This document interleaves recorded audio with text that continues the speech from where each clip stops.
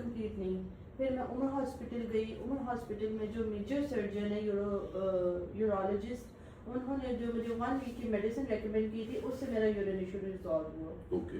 उसके बाद ना सर मैं तो यूरिन का इशू आपको पोस्ट सर्जरी के फौरन बाद ही हो गया? सॉरी, बिकॉज वहाँ पे ये बताया गया था कि ये उनसे एक नेग्लिजेंस हुई है कि वो यूरिन बैग जो है ना वो लगाना भूल गए, जो मैनेजमेंट। ठीक है, अच्छा नेक्स्ट। हाँ, तो उसके बाद सर मैं बेसिकली सेटिस्फाई इसलिए नहीं हूँ क्योंकि मेरे से ये कमिटमेंट हुई थी कि आपका जो भी सिनेरियो है ना वो A to Z बिल्कुल एक्यूरेट होगा। कोई उसमें आप कह लो इम्बैलेंस ही नहीं होगी, कोई ब्लॉटिंग नहीं होगी, जस्ट एक सिंपल लाइन होगी।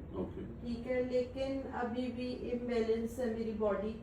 अपर पार्ट में ब्लॉटिंग है, जो मेरा एम्बिकल है उसके आगे ऑब्वियसली एक नॉर्मल एम्बिकल में और एक आप जो सर्जरी से करते हो रिकंस्ट्रक्ट करते हो तो वो एक सेपरेट चीज़ है, तो उससे भी मैं सेटिस्फाइड नहीं हूँ। हालांकि मुझे मेरे जो अपने डॉक्टर हैं उन्होंने कहा कि मैडम आपने परेशान नहीं होना, आप थोड़ा सा टाइम निकल लेने दें, हम इंशाल्लाह दोबारा से इसको करेंगे।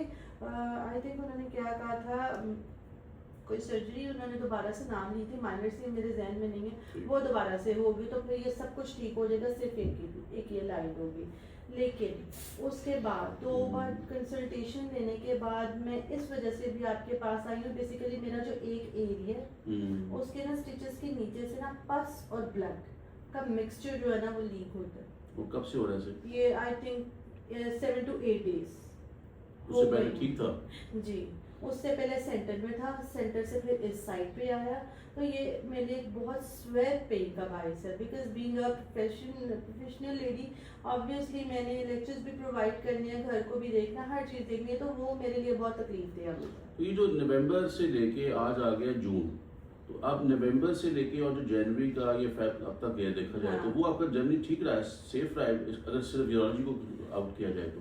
नहीं, वुंड वाइज फैट के हवाले से अगर देखा जाए ना, मुझे ऐसा लगता है कि फैट ना स्पेसिफिक एरिया में एज अ गिल्टी या पत्थर नुमा नहीं होता, बहुत जगह जगह पे काफी सारे हैं। हाँ, पहले मैं बेली एपिकल के ऊपर था, उसके बाद उन्होंने कहा आप मसाज करें। ठीक है, मसाज करें और उन्होंने कहा था कि आप ना इसको हीट दें। ओके, वो मैं करती थी, ऑलिव ऑयल से उन्होंने कहा था, वो मैंने की थोड़ी देर के लिए। फिर अब जब वेजाइना के ऊपर जाकर ये गिल्टी का फैट जो बहुत स्वेयर, बहुत पेनफुल भी, बहुत ज्यादा एक पेन होता है, एक स्वेयर, एक उससे भी कुछ ऊपर होगा तो वो थी। ओके। मैं बहुत तो जो यूरोलॉजी वालों ने आपको ट्रीट किया था उन्होंने कोई इंटरवेंशन की थी? नहीं, कुछ भी नहीं, उन्होंने कुछ भी नहीं किया, उन्होंने जस्ट मुझे 1 वीक की मेडिसिन दी और अल्हम्दुलिल्लाह उस